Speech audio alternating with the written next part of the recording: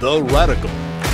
Fundamental principles of freedom, rational self-interest, and individual rights. This is the Yaron Brook Show.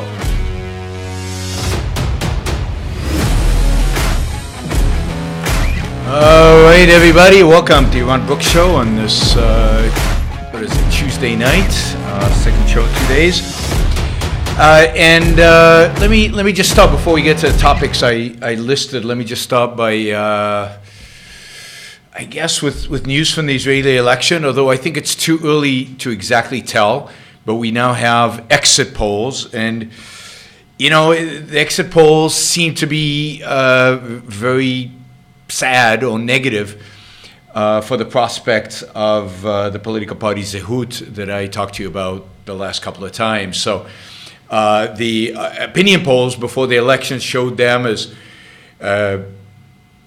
easily overcoming the minimal requirements in order to get into the Israeli parliament.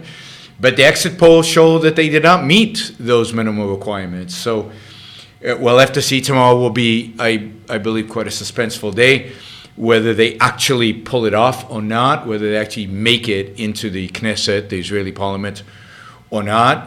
Beyond that, there's the bigger question of, who is going to actually win the election, who's going to actually get the most votes, Bibi Netanyahu or the center-left candidate, former General Getz. That doesn't really matter that much, because what matters is who has the ability to form a coalition. And it still looks like Netanyahu will have the better ability to form a coalition. That doesn't excite me particularly. The only thing that excited me about this election was the possibility of Zehut getting in. And if they don't, then we're back to politics as normal in Israel, and a missed opportunity, I think, for real economic and cultural reforms in the country towards a freer country. So sad, but we won't know. We won't really know until tomorrow. I think probably late tomorrow we'll have a good idea of what the actual vote count versus the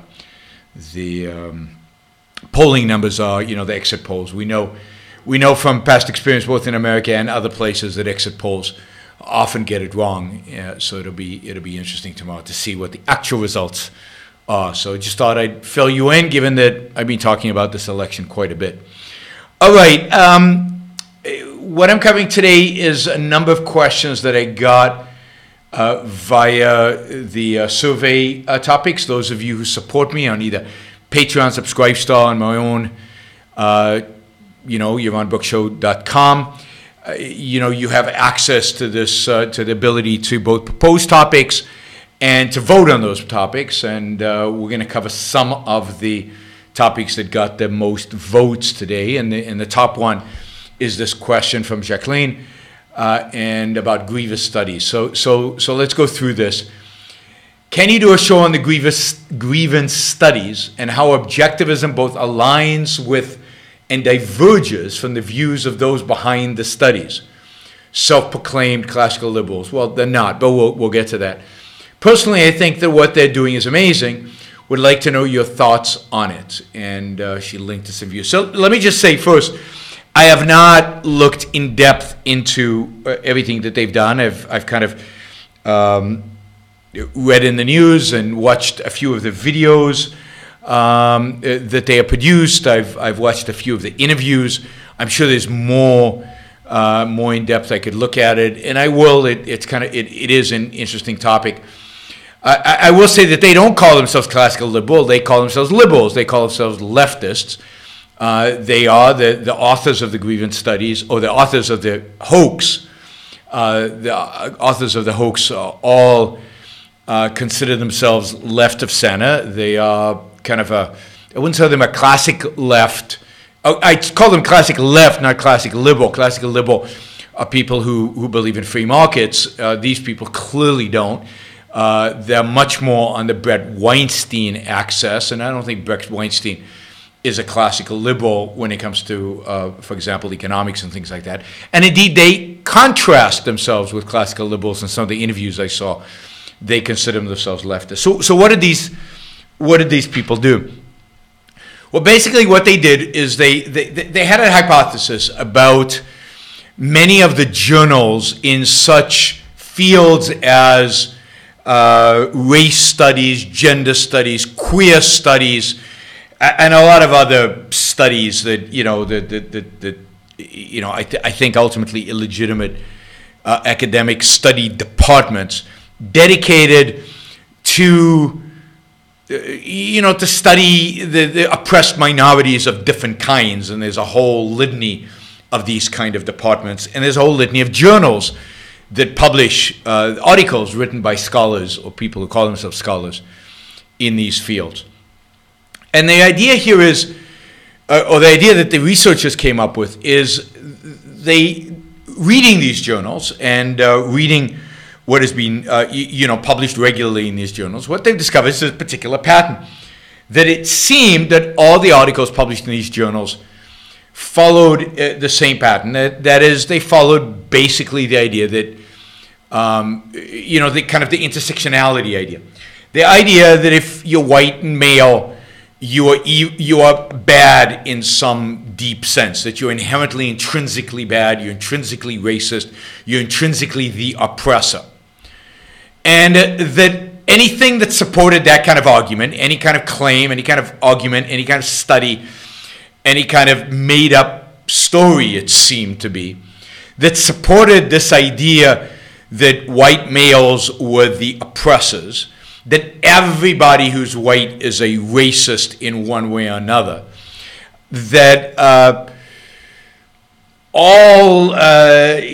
the males are by definition oppressors of females, that so again, this intersectionality idea that we have a competition and a hierarchy of who's oppressing whom. But there seemed to be a standard story told in every one of these journal articles when they studied them, and that there was a political, or you could argue a pseudo-academic theory or explanation or agenda that then drove everything that had to do, that everything that was published in these academic journals, that they weren't driven by any kind of seeking the truth. They weren't driven by evidence. They weren't driven by facts, but they were driven by a story. And then the researchers seemed to go out and find evidence that this, or pseudo evidence that this story was right. And the evidence always seemed to be pseudo evidence, not real evidence, not pointing actual facts in reality, right? And they wanted to test this hypothesis. They wanted to test the hypothesis of, can we make up something that is disconnected to reality? Can we make up something that is clearly academically bogus? That is, can we present an argument that's not really an argument? Can we present facts that are not really facts, not even the pretense of facts? Can we present ludicrous, crazy ideas, but to support the political academic agenda of these journals? And if so, then hopefully if we can publish these kind of things, then we can reveal these journals for what they are, which is basically not seeking truth, not looking for facts, not interested in logic, evidence, reason, but it's just political machines, just pushing a political agenda, and that is it, right? Completely detached from reality, not publish anything that supports this particular agenda. And their argument is that these journals have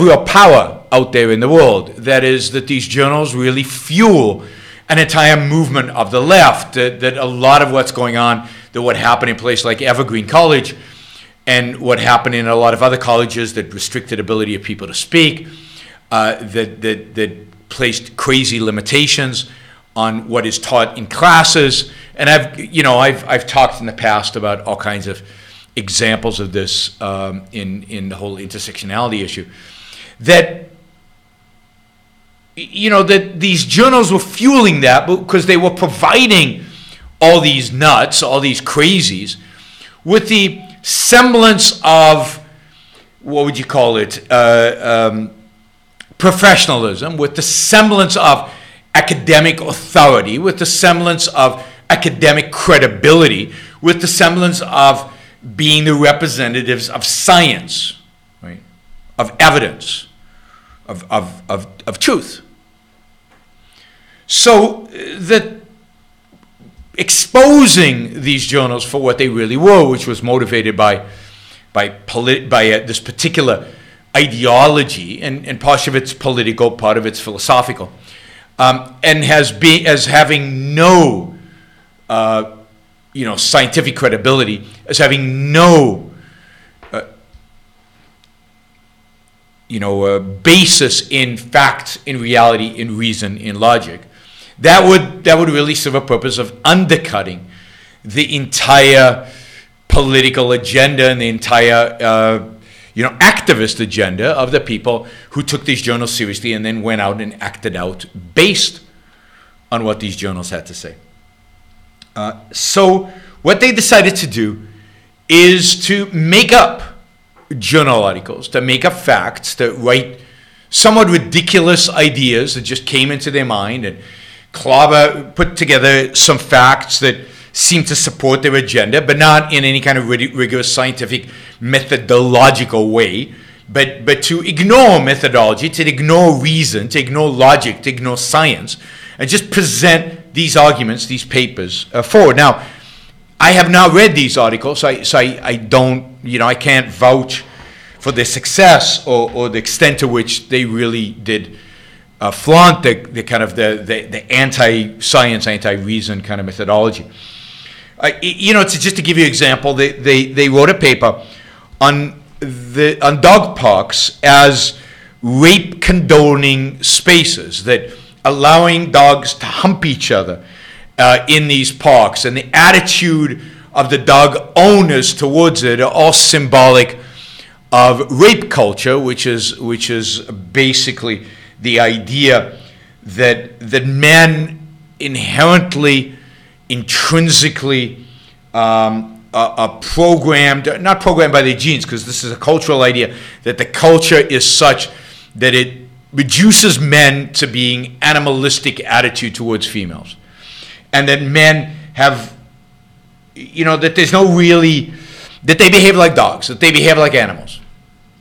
And this is a popular view, again, in some of these studies.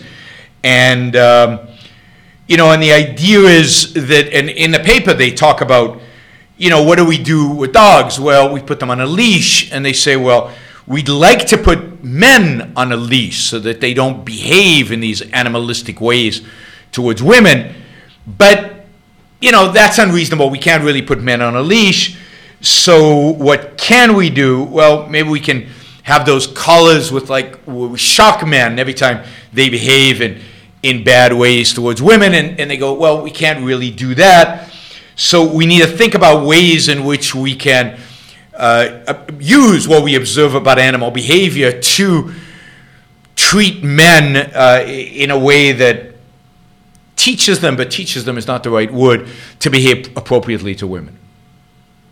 Now, this is obviously crazy stuff. The authors themselves say they really presented no real facts. They made these wild claims and wild assertions from the behavior of dogs to human beings, from the behavior of the dog owners to human beings, and so on. And yet they got these glowing reviews. And they said it wasn't even that the fact that the paper was published by an actual real journal, but that these papers were actually reviewed by supposed experts, and they got these glowing reviews about this. And they were quite shocked. Some of their papers actually got awards, right? By the way, these are three researchers, one, and I can't remember their names. One of them is Peter Boghossian, I think. He teaches at Portland State University, a very, very kind of liberal left-wing university, and he got harassed by the other professors there who wrote a horrifically condemning article in the student newspaper. Professors wouldn't identify themselves by their name. And he had two other colleagues, and you can find the videos if you put in Grievance Studies Hoax. You can find them. By the way, it's Grievance Studies because all these departments are focused on grievances that they believe are endemic in the culture, whether it's racism, sexism, and all the oppression of homosexuals or transgenders or queers or all the different gender types that exist. So the idea was, and they talk about this, that they presented no real evidence, no logic, and no reason for their assertions. No science. But because what they asserted and because what they proposed aligned with the agenda of the journals, aligned with the philosophy and the politics of the journals, it was accepted. And not only accepted, but positively reviewed, and in some cases got awards. And they published an astonishing number of papers in a very, very brief period of time. I mean, that's one of the things, as somebody who's published journal articles and knows the process. I mean, I don't know, I published 6 journal articles in 7 years or something like that. I mean, one journal article a year, at least in my field, was an astounding rate. These people published 9 journal articles or something like just over a year, which is just a ridiculous rate. And they do this in order, they say, to reveal the state of the profession, to reveal how corrupt the profession is. And at some point, they went public with it, and they announced what they had done, and they let the world know, and they denounced the journals for everything that was going on. Lottie on Facebook mentions that they actually took a chapter in Mein Kampf, Hitler's Mein Kampf. They adapted it. They didn't literally use the chapter, but they adapted it to, again, the kind of issues that dealt with today, and it was accepted. Of course, they didn't tell them that it was an adaptation of Mein Kampf. But it was accepted. And what they're trying to do here is point out the complete bankruptcy of these fields, the complete politicization or the single-minded ideological agenda. And I don't think it's all about politics, but it's all about, I mean, it depends how you define politics, I get, but it's all about a particular ideology driving these journals. And that's all they would take, and they're not interested in investigating the science, the accuracy, the logic, the reason. They're just interested in supporting a particular point of view and a particular agenda. And indeed, if you reject their agenda, as we've seen in places like Evergreen College and other places, you are condemned as evil and bad, and you cannot express your point of view. And I mean, they are dogmatic, and they are completely dogmatic, and they are completely, morally condemning of anybody who questions their views or proposes alternative explanations for what's going on. This is the journals themselves. The whole Grievance Studies field, which includes, again, feminist studies, race studies, and everything. And, so what they've done is they've revealed this. And I think they reveal the truth. I think what they're arguing is absolutely right, that these fields are completely bankrupt, that they are truly horrific, that they are not academic anymore, that they're not about science, that certainly they're not about truth, and that there is a major reckoning that has to happen, a major reckoning that has to happen in the academic world about all these areas that have abandoned completely all semblance of truth-seeking, all semblance of using reason and logic to guide them. And to some extent, this is not surprising, because many of these fields have adopted in one way or another the ideas of postmodernism the idea that there is no truth, that there is no reality, that reason is impotent, that, whatever you want goes. Except, that they have a truth, that they intuit, and they admit that they intuit it. So to some extent, it strikes me that what they've done is revealed that the field is corrupt, something I think anybody who knows anything about academia probably already knew. They just did it in dramatic fashion. Now, so the question here is, I think one of the questions, there's a lot of issues that this brings up, but one of the questions is it appropriate to use a hoax, to lie, in a sense, in order to reveal an evil in a particular field? In this case, in order to reveal how bad these journals are.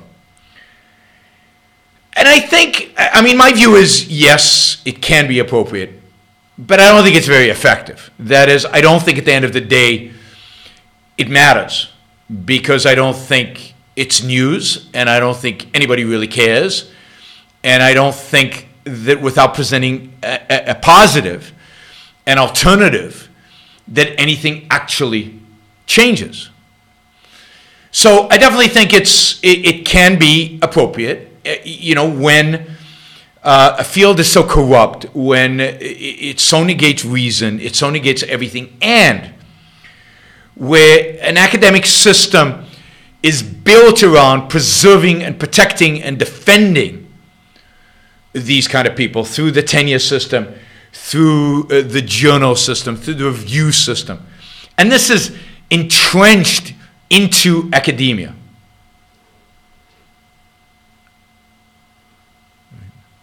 And entrenched into academia. This is not just not just a one-off thing. This is many journals, many departments, many areas that are defended by university administrators, that are defended within the academia. You've argued against them, hopefully. That's the thing about these people. Have they? It would be interesting to find out, and I haven't done the background research. Have they spent their careers arguing against them as outsiders, as well, insiders, because they're in academia, but not in the sense of the showing that it just doesn't make sense, showing the illogic, showing the unreason, and nothing helps. And this is a last resort to kind of go in there and actually show them for what they really are. A fraud, So you commit a fraud to show a fraud. You lie in order to show the fraudster for what he really is. Now again, this is not new. There was about 10 years ago, I think it was, somebody did the same thing to a journal in postmodern studies or something like that. They wrote a completely nonsensical article that made no sense, and it got published, and then they came out and revealed that they didn't believe in any of it, that it made no sense, and yet the journal published it. And they showed that the journal, in a sense, was a fraud, that they hold academic discipline, in a sense, was a fraud. Has that changed anything? Has that reduced the number of postmodernists out there?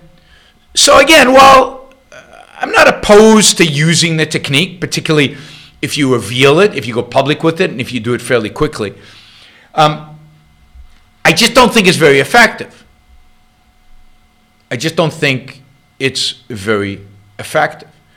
Because I don't think that, I think everybody knows it's a fraud. I don't think it bothers anybody that it's a fraud. And the people who don't think it's a fraud don't believe in science, evidence, and facts and logic anyway. They won't easily come out and admit it, although sometimes they do.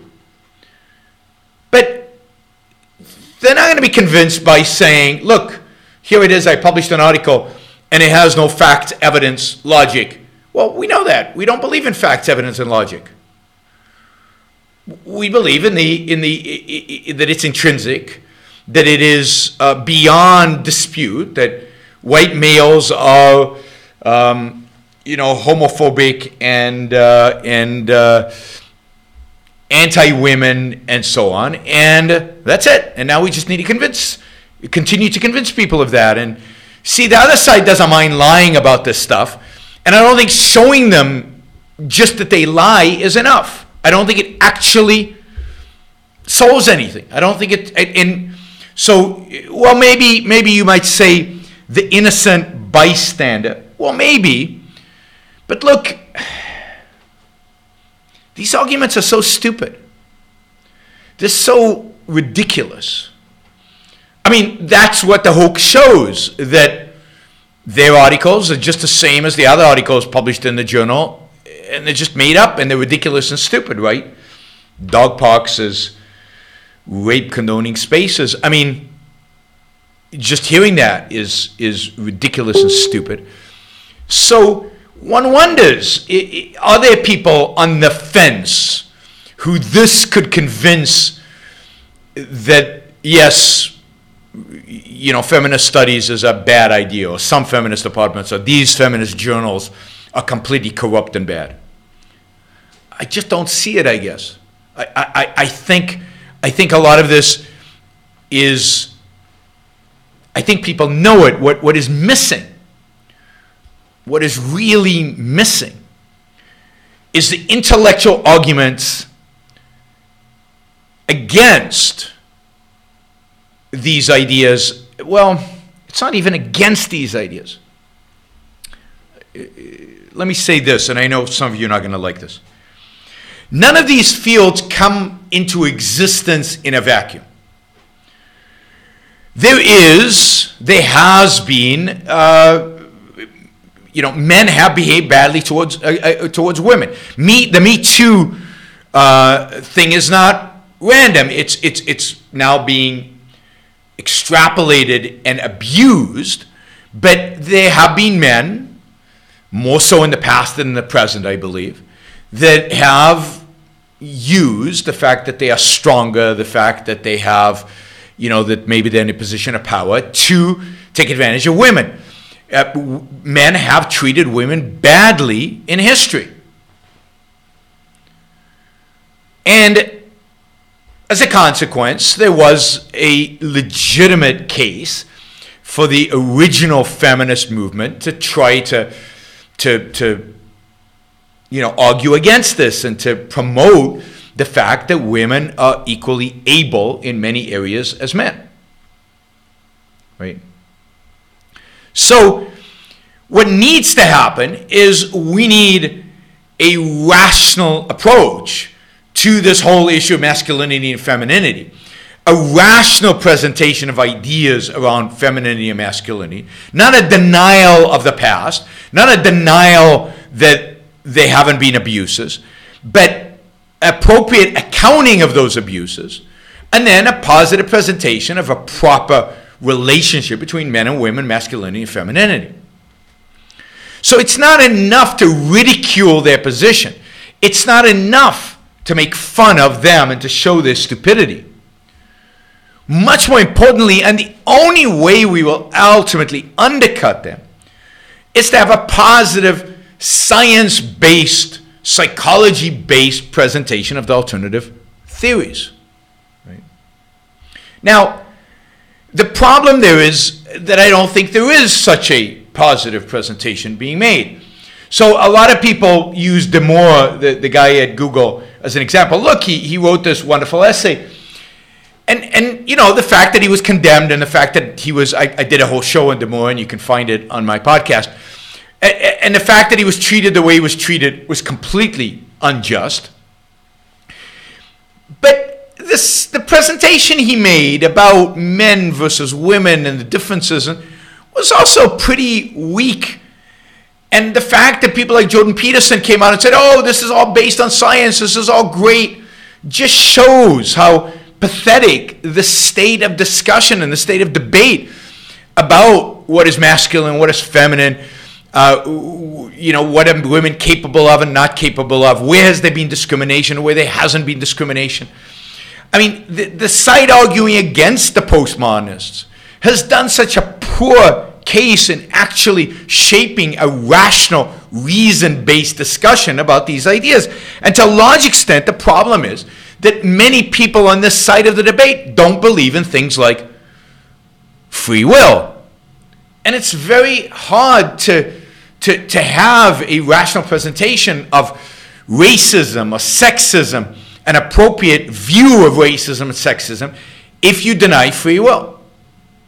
So, for example, in the male-female stuff, it often boils, and Steven Pinker has done this, or others have done this, of some kind of evolutionary psychology, mumbo-jumbo kind of nonsense about men do this and men do that, and here are the empirical studies, and we test women like this and men like this, without any regard to real factors that. I mean, there are differences between men and women. There's no question of that. All you need is eyes to be able to say that. But in terms of abilities, to be able to say there are differences between abilities, one has to have a view of how abilities in human beings are shaped. And if one views those abilities as shaped purely by one's genes, then of course one has this idea that women are this way and men are that way, and it's all an issue because the genes are different and therefore they're shaped. You've got to have a much more sophisticated view of how our talents manifest themselves. And it's, yes, our genes play some role, and there's a difference in genes in men and women, so you'd expect some differences. But it's also true, right? It's also true that we have free will. And we also live in a particular environment, and the environment does treat women and men differently. Now, and it's very hard to control for all these factors. And then what does it mean to focus, and how does that focus, how does that using one's mind affect the particular talent one has or one doesn't have, or one wants to develop and develops, whether through childhood? I mean, these are complicated, really, really, really complicated topics. And I don't know the answers. I have no clue about the answers to these things. Right? I can tell you, I can observe differences in men and women, but I don't know their causes. I suspect some of them are part of how we're made, part of what it is to be male and what it is to be female. There's no question about that. Part of it has to do with the fact that we're sexually different. But what are the other components? And how many of those components are a consequence of living in a culture that's always treated men and women differently? And how many of the components are genetic? And how many components are the fact that, I don't know, certain choices are being made by men and by women, and how does one even view that in a statistical manner? So, I don't have the answers. I'm just saying these are complex issues. And that's the kind of stuff that science should be looking at. Right. Now, Luddy says we should acknowledge how good women have it now in the U.S. We're pretty fortunate. I don't consider that fortunate. I mean, that's how it should. That should be the state of the world, that we treat women equally and we respect fully their abilities, and we judge people based on their abilities and based on their character, and not based, when it comes to professional activities, not based on their gender and based on their race or based on irrelevant factors, but based on their ability, professionally at least. But there are areas in which we care about the sex of the person, sex and romance being one of them. So one needs to acknowledge the complexity of the field, and one needs to start working towards a science that is real. And the same thing with race. You can't study race without first acknowledging the fact that there has been racism and that there is racism. And most of the racism in human history has been against certain minorities. And one has to start at that point. And that racism has consequences, particularly when that racism is enforced by the rule of law. enforced by cultural norms. It has vast consequences on the people being oppressed. Right? So that's where you would start a field like that. And then the question is, then you would have to ask the question is, why, what are races? Do races even exist? Does it matter in any dramatic way? And then, I believe races are insignificant. It doesn't matter. Why do people view them as important? How do they view this as important? How does it motivate people? And so on, and do it in a rational way, both to explain the racism that exists, because there's no basis for study for differences in races, like there is, for example, reason to study differences between men and women.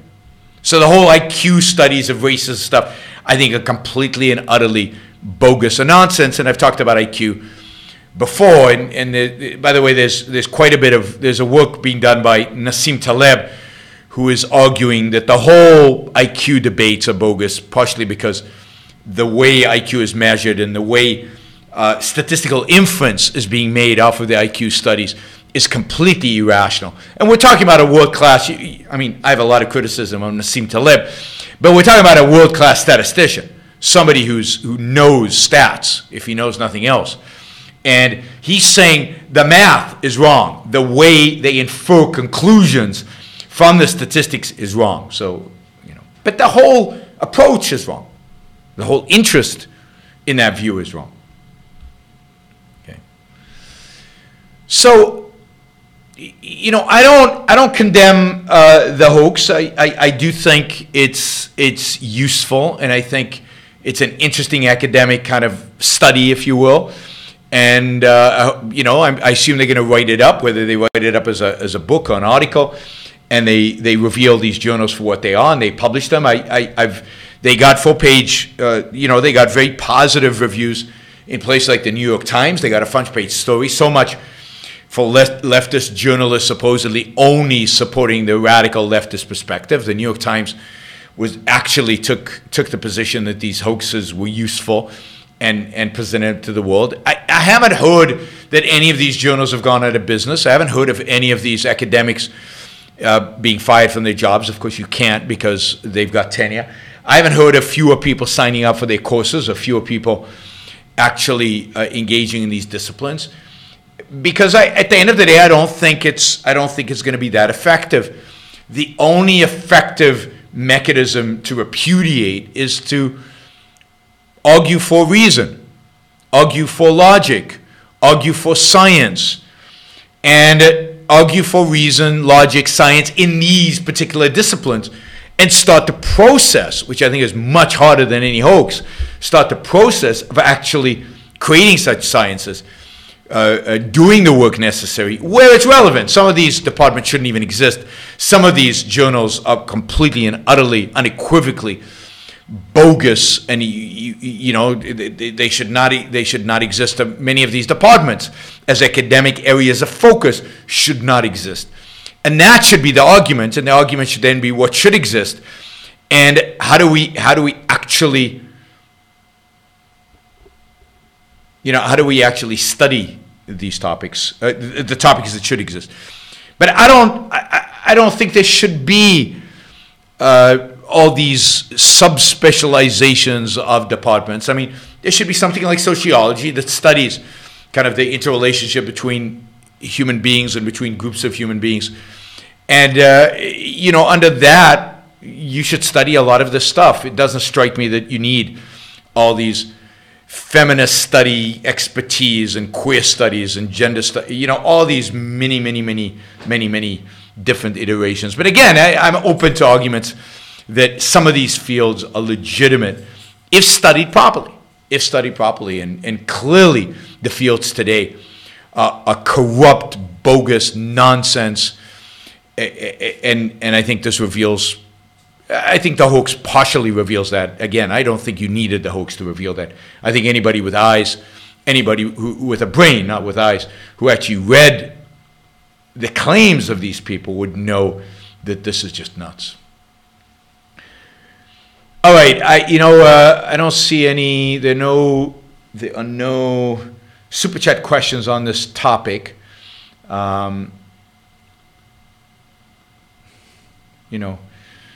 We will see. I mean, somebody says that Peter Boghossian did get disciplined by his university. It doesn't surprise me. I mean, think of how they treated Brett Weinstein at Evergreen College for doing a lot less than Peter Boghossian. I mean, Peter Boghossian, wrote false papers and submitted them to journals. I mean, I could see if I was a university that I would actually go and discipline him. I mean, I don't think that's illegitimate. I mean, if you're going to lie, if you're going to pull a hoax, you have to be willing to bear the consequences, the price for that. And the price for that in academia is not going to be trivial. Now, he has tenure too, so he can be fired. But it doesn't surprise me that he was disciplined. And I'm not outraged by the fact that he was disciplined. I'm outraged by the fact that the journal published these articles. But it kind of makes sense that the university would say, well, wait a minute, we don't pay you. We're paying you. We're paying your salary. You're actually doing this to write hoax papers and to make the other professors in this university look like complete and utter idiots, even if they are, right? So I understand why the university did what it did, but that's the nature of universities, and that's why it's so. That's why the state of the university is so pathetic. It's so absolutely, unequivocally nuts. I mean, these areas of university. I'm not saying all of university. I've heard people like Greg Salamieri say positive things about philosophy departments where they really study issues. The students are not silenced. It depends on the university, and it depends on the area of study. I don't think that the conclusion from this is all universities are bogus. There's no free speech anywhere, or there's no ability to speak freely. Free speech is a separate issue. Ability to speak freely on any university. I mean, one has to identify those areas within the university, those places within the university, which are particularly nasty, particularly anti-reason, and particularly bad, and condemn them and exclude them, and then. But I don't think you throw out universities altogether, although generally the state of the universities is not good. I mean, it's not good. And we're not going to get to a better place until we present a positive perspective, a positive philosophy, a positive ideology, and we have professors advocating for those ideas at the universities themselves. So the only way to change the universities, unfortunately, is from within, or ultimately to disrupt the universities through some kind of online platforms and things like that, which I think is slowly happening, but I think we're still far way off from. Unfortunately, the knowledge being taught at universities, particularly in these subjects, is just bogus. It's not knowledge. Okay, here's some super chat questions, and then we'll go back to the questions you guys voted on.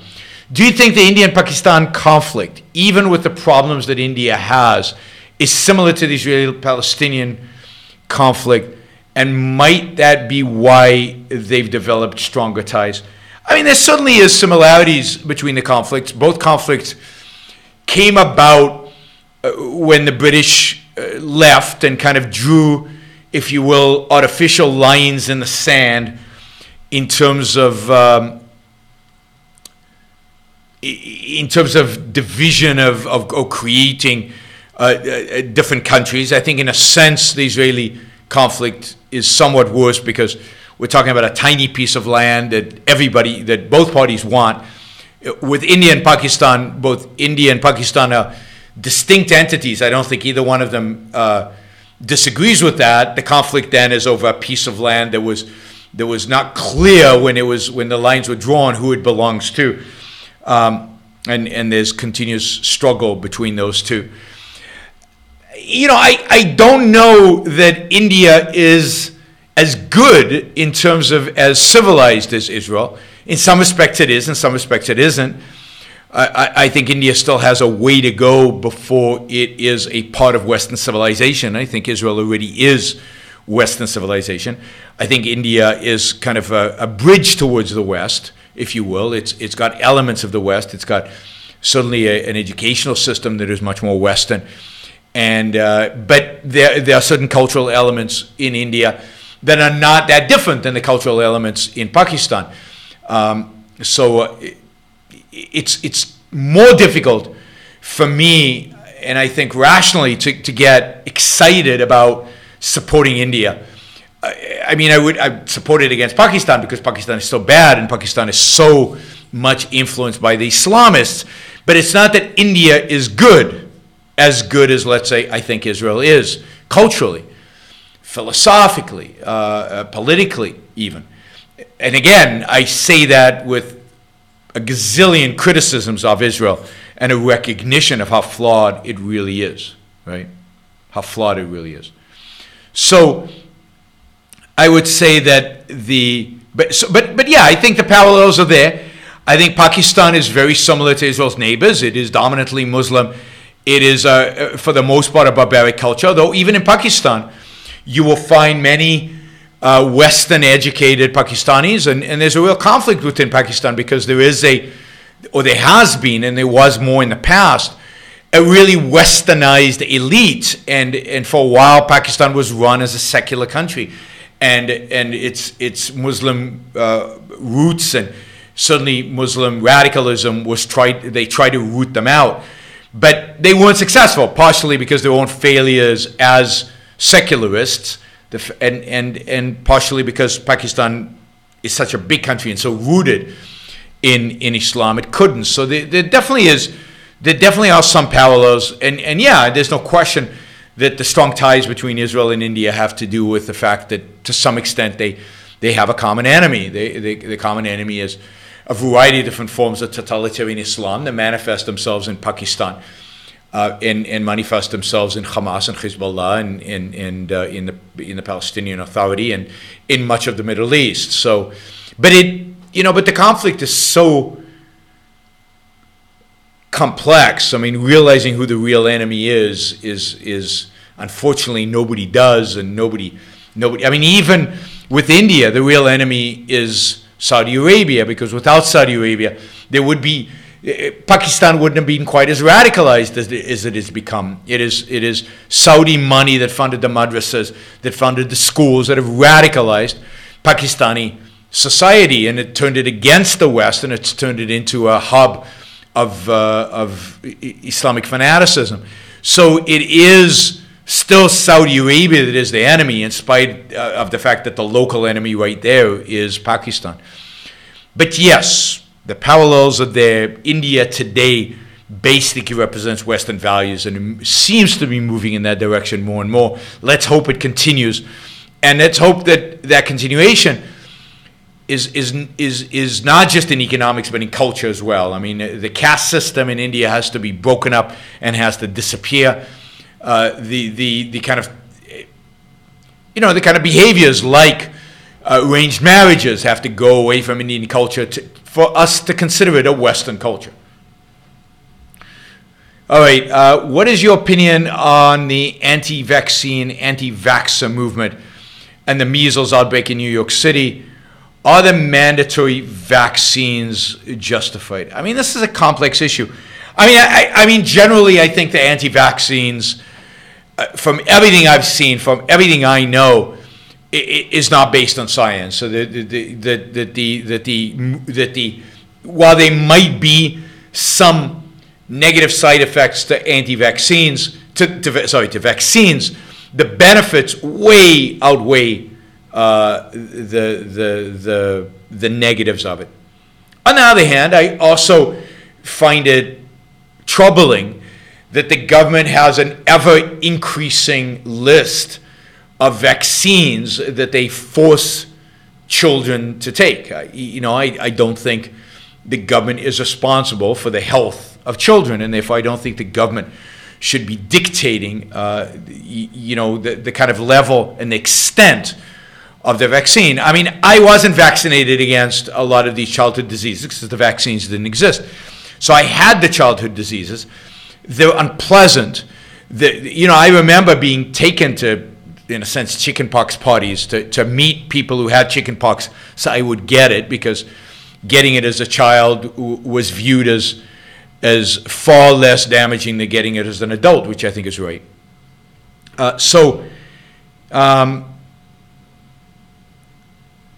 can understand. So a lot of these childhood diseases are not life-threatening and are not absolute disasters, particularly if you get them as kids versus if you get them as adults. So I think that where the government should intervene is in contagious diseases that are clearly life-threatening. Now, everything would be simpler if we had private property and if we had private schools. Because you could imagine that in a private school system, the school would say, here are the vaccination requirements, you don't meet them, you don't go into school. And I think 99.9% of schools would do that. And parents would know if they sent their kids to a school that didn't have that requirement, that their kids were taking a risk because they wouldn't hang out with other kids. Now, what about playgrounds? Well, I don't see any reason why playgrounds couldn't have the same basic deal. Playgrounds would be private after all, and you could have a sign outside of the playground that said, this playground is for vaccinated kids only. And I think that would be rational and the right thing to do. I mean, the real danger with not vaccinating your kids is that your own kid gets sick. And then the second danger is that some kids who cannot be vaccinated because they are sick or because they have some constraining factor that doesn't allow them to be vaccinated, get exposed to, or immigrants who might not have been vaccinated in their home countries get exposed to it. But again, I think a lot of that is taken care of through the schools. I think the schools are the primary place in which these kind of viruses get transmitted from one to the other. And I think the solution there is to privatize the schools. Short of privatizing the schools, I think the government gets to decide what the government decides, because they are the equivalent of the owners of the schools. They get to decide what the curriculum is, and they do get to decide what the curriculum is. They certainly have the ability to decide what to do in terms of vaccination policies with these schools. So I think it should be done in the schools. I think it should be clear that unvaccinated kids should not be playing in a playground, and if an unvaccinated kid is in the playground, they should be liable for a lawsuit if my kid gets infected. Some vaccines don't work 100% on some children. So there should be mechanisms in place to, on the one hand, leave people free not to vaccinate the kids, and on the other hand, have them pay the consequences, pay the price of not vaccinating the kids. For example, not being able to get into school, and things like that, right? Not being able to play in the playground. It's one of those things that should be common. In a world like that, you'd expect it to be common to ask, before play date, to ask the parent of the kids what the kid vaccinated. Now, my view is, in a rational world, almost all the parents would vaccinate their kids, because, again, I think the benefits way outweigh the costs. If you look at all the scientific research I've seen, I'm not saying vaccines 100% safe. I'm not saying that they don't have potential downsides, but in comparison to the benefits, I think there's no question.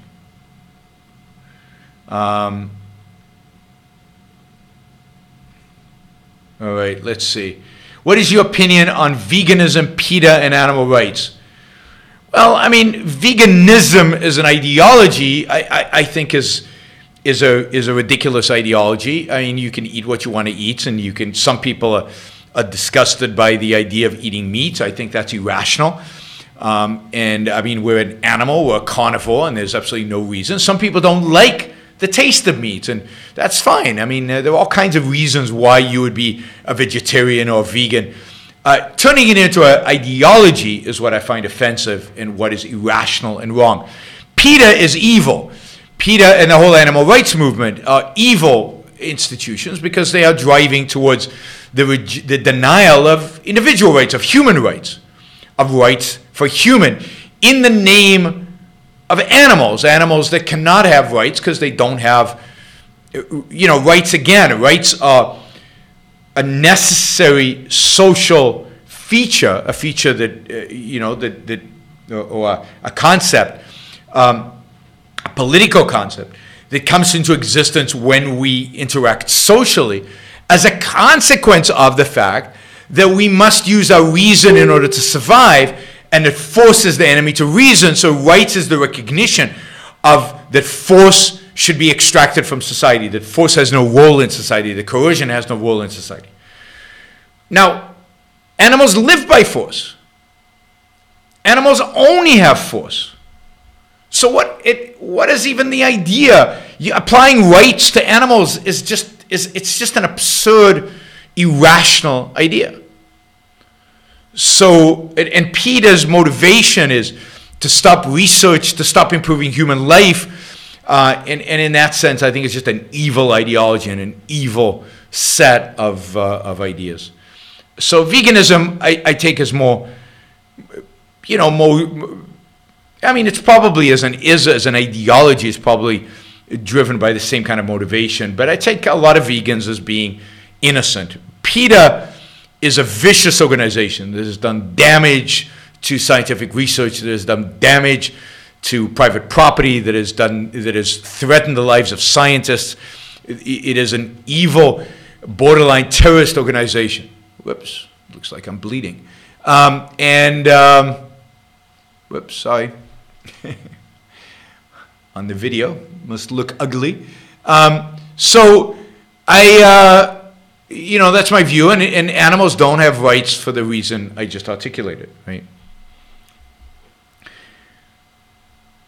All right. Do you think the push to abolish the Electoral College can succeed? No, I don't. I think it's this requires a change to the Constitution. It requires, 2/3 of the state to ratify that. 2/3 of the states are dominated by Republicans. It requires the House and the Senate to vote for it, and I think by 2/3 majorities, but I'm not sure, but a significant majority. I don't think you can get that passed. So no, I don't think it's going anywhere. I think it's political theater by the Democrats in their argument that America is not a true democracy, which is not, of course. It's to show their base that they're fighting to make America a true democracy more than anything else. Why does Eddie Willis suffer the fate that he does? Well, he suffers the fate that he does because Ayn Rand's trying to show that even the best of men is ultimately dependent on the geniuses. That even the best of the regular people, and I don't consider Eddie completely regular. Actually, of all the characters in Atlas Shrugged, I have to admit that I'm most related to Eddie Willis, because when I read Atlas Shrugged at 16, I couldn't think of myself at a Galt, and Dagny and Reardon were achieving so much. I had no idea if I could achieve anything close to what they were achieving. They were geniuses. I never considered myself a genius. Eddie Willis seemed like me, like a good person asking the right questions, struggling to find the right answers. And without the genius of Ayn Rand, I would have never found those answers. And that's the point she's trying to make, is without the geniuses, Eddie Willis is dead. Without Ayn Rand, I am probably living a mediocre life. Without the great geniuses in our world, we as individuals cannot be successful. And we struggle and we suffer. And so to a large extent, the book is, presenting us with the atlases that make the world turn and showing the importance of those atlases, the importance of genius, of productive genius, of artistic genius, of creative genius, but primarily a productive genius. and the role that they play in civilization, and the fact that there is no civilization without them. And when there is no civilization, what I'll call ordinary people who are not productive geniuses, are going to suffer. They don't live good lives. I mean, without Ayn Rand, again, I live a mediocre life. Without the geniuses that made possible the Industrial Revolution, we're also still subsistence farmers, those of us who are even alive. Most of us are not alive. 80% of the human population would not be alive without the Industrial Revolution. So I think that's what she's trying to show, and she's very calculated in using these dramatic means to show, to drive home an ideological, philosophical point. All right, Yaron, do you have any thoughts of what regulation by government of Facebook will look like? No, I mean, regulation of Facebook is a very, very scary phenomena. And, technology generally has managed to escape regulation and to avoid too much regulation. And now we've seen the tech companies ask to be regulated. And once that genie is out of the lamp, I don't know if that's a good metaphor, but anyway, once the regulations start, there's no end to them. There's no end to them. And the danger here is what part of the business are going to be regulated. The worst thing is if the issue of speech is regulated, what cannot and cannot be published on Facebook. If the government gets into that, then the government now gets into the issue of free speech. Now the government is potentially censoring. That is the worst case scenario. Privacy laws, the government should pass privacy laws, but the privacy laws should be, I think Amy Peikoff has a good description of what those privacy laws should be like. They should be pretty broad, and they shouldn't be unique to Facebook. They should be general. And at the end of the day, they shouldn't be like the European privacy laws. We should basically enforce the idea that you own your property and your information is your property, and you can give it away. And the government shouldn't have these, monstrous privacy regulations like the Europeans have now. I don't know what else. I think that anything the government does, particularly given the government that we have, even in a rational world, you would say, yes, you need to define what privacy is, and the government should write some laws relating to privacy. Maybe that's true. But given the government we have today, anything they write is going to be a disaster. Anything they write today is going to infringe on the property rights and the freedoms both of Facebook and its users. And it's going to be an unmitigated disaster. So I would be,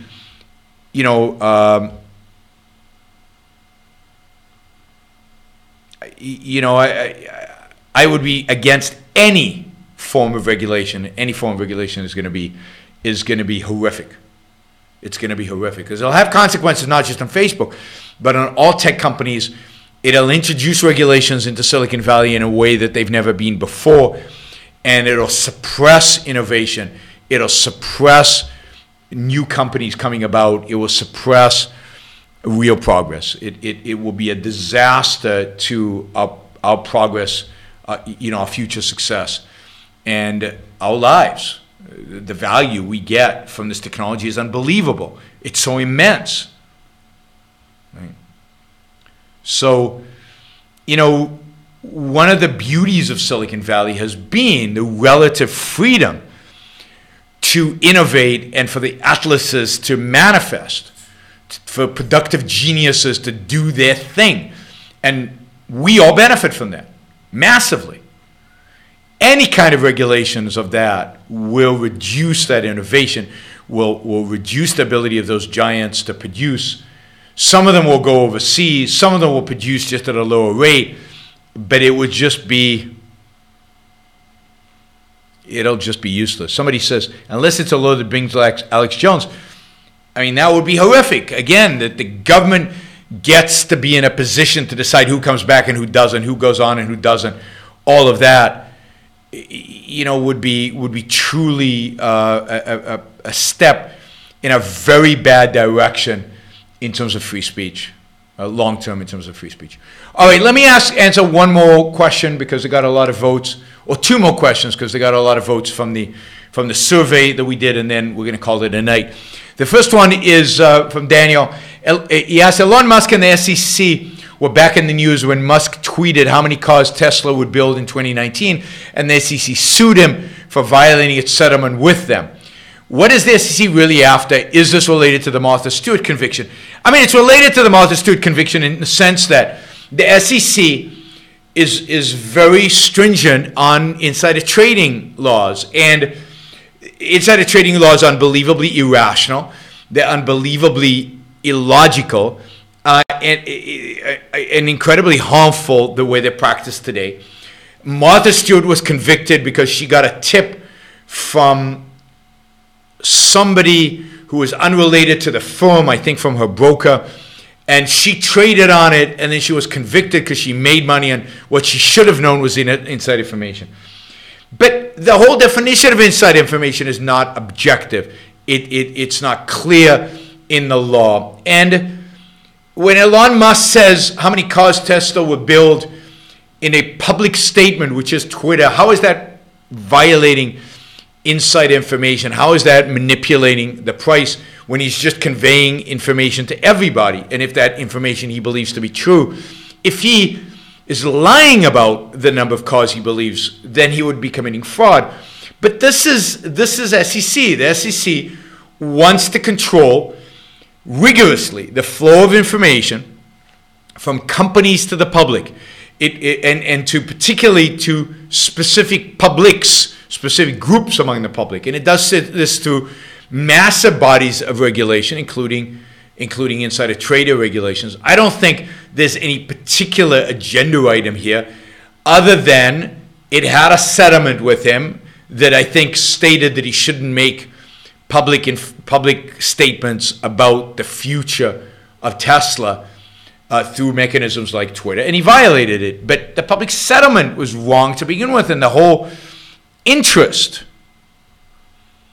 in this, in what he says and how he says it, is wrong. It's none of the government's business unless they can show that he is committing fraud, and I don't think that's been the argument. Although at one point, there was that argument that he was committing fraud. At one point, he said something like, and I'm paraphrasing, so don't. We're in serious negotiations to take the company private, which stock shares shot up. Now, was he really in negotiations? If he wasn't, and if it turns out that he said that in order to drive the price up, and then he sold at the top, then there's a case for fraud, or the case for he was trying to manipulate the stock for his own private gain, and you could argue that shareholders should sue him. But if it's fraud, then the SEC has a role, then the government has a role. If it's just him trying to present information in a non-fraudulent way, but he's taking advantage of it in some way in his trading, that is more shareholder issue that should be settled in civil courts, the shareholders. So there's a whole issue. It's a whole issue that I think I've talked about in the past, but requires a significant chunk of time, about insider trading laws. What is the fiduciary duty of a CEO to his shareholders? What should he disclose and what shouldn't he disclose? How should he disclose it? Is there any limits on how CEOs should trade stocks? All of these kind of things are interesting topics. And I think, my conclusion is that the government has very little role to play here, that most of this, other than, again, in real fraud, most of this would be decided in a rational market by the exchanges and by the contractual relationships between shareholders and management. And that all this can be settled through the market and through the legal system without the involvement of any kind of government entities, again, with the exception of actual fraud. All right. One more question. Is free open source software an act of altruism? What is fueling that behavior among the software development community? I mean, I think for some people it is an act of altruism. There are people I know in the free open source software community that are ideological about it, that promote it as the profit motive. They think this is the way all software should be developed. They truly believe that they are doing this for the public good, for the common interest. They view it as a real sacrifice. And they view it in terms of altruism. They are working for the sake of other people. But I also think that there are people that are part of this because it's fun, because they want to work on a software project. They don't take it as an ideology. They take it as a project. They can do it on the side. They, aside from their job, and maybe the software that the open source software is working on is more interesting to them than what they're doing in their job. And they go in and they improve the software, and they get comments from other people. So it has a social, it has it's interesting and fun. And they don't buy into the ideology, or they don't think about the ideology. Again, most of these people are non-intellectual.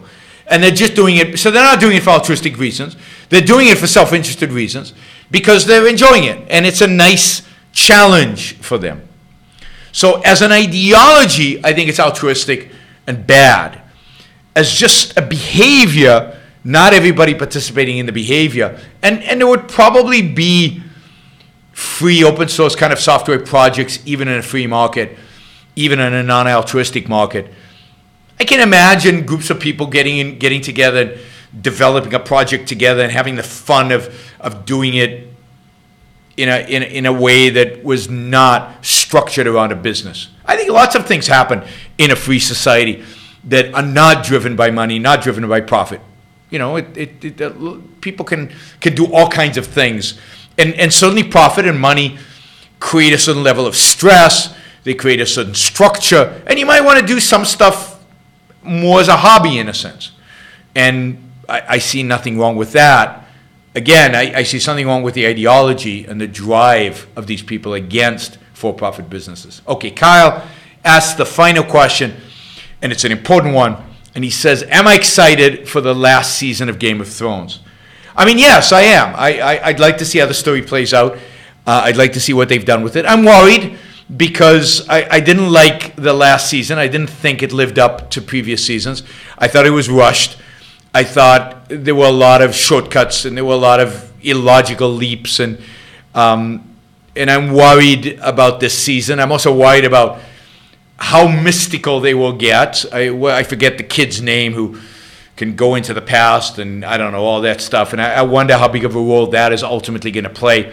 I hope not, because that changes so much of the kind of the logic of what's going on. My favorite season, I think, was season 5, which is 2 or 3 seasons ago. I think the show has some incredible high points and is brilliant on occasion. It's just brilliant and wonderful and fun and enjoyable to watch. I'm worried that the last season will be disappointment. We will see. And what will be the point in the end, right? What will be the conclusion?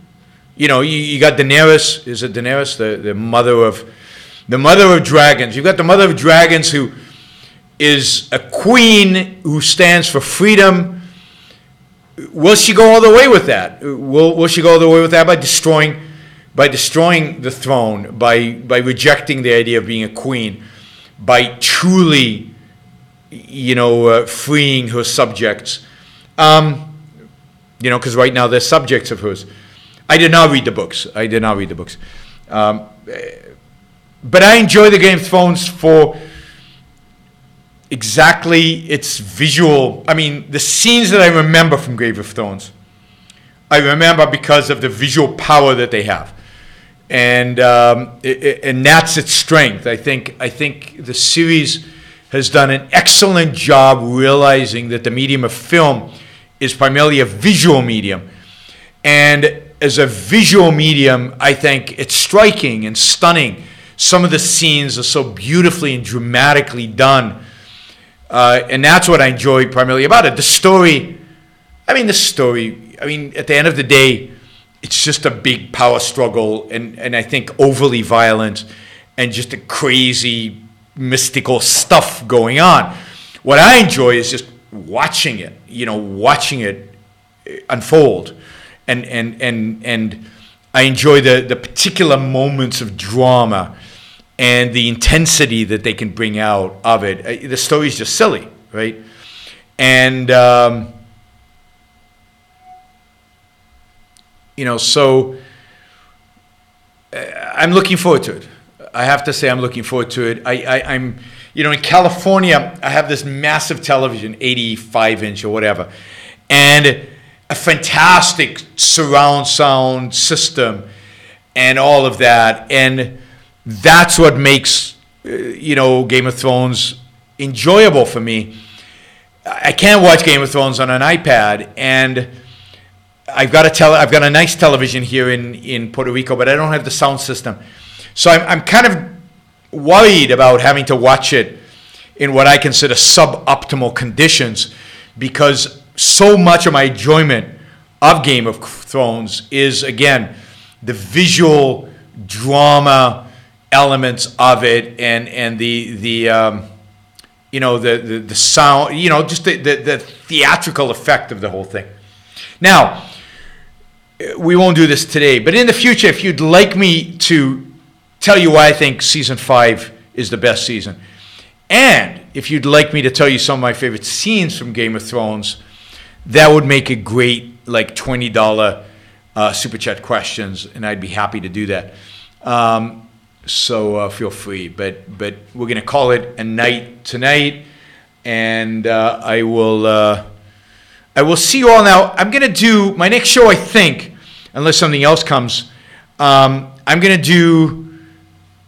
So people are asking me what shows I watch. I watch a lot of shows because I fly a lot and I download a lot of shows on my iPad, and I watch a lot of stuff. So I've watched almost everything. But let me just say, I do not watch superhero movies. Somebody says, watch the Fosse Verdun show. I'm actually going to watch that because I'm interested. I'm actually a fan of Bob Fosse. I think you pronounce it like that, Fosse, who is a master choreographer and did some amazing work on film in the past. So the next show, if nothing else happens out there, my next show is going to be on Ray Dalio. Ray Dalio's attacks on capitalism recently. And I'm not sure exactly when the show will be. I'm hoping to be able to do a show this weekend. I'm traveling tomorrow, and I'll be gone from Puerto Rico through Sunday. I'll be back Sunday late at night. But I'm hoping that while I'm on the road this time, unlike previous times, I will have more time to do the show. So look forward to doing the show on the weekend, or probably on Friday. Friday and Saturday would be good days. Ray Dalio, I'm coming after you. Next show. Bye, everybody.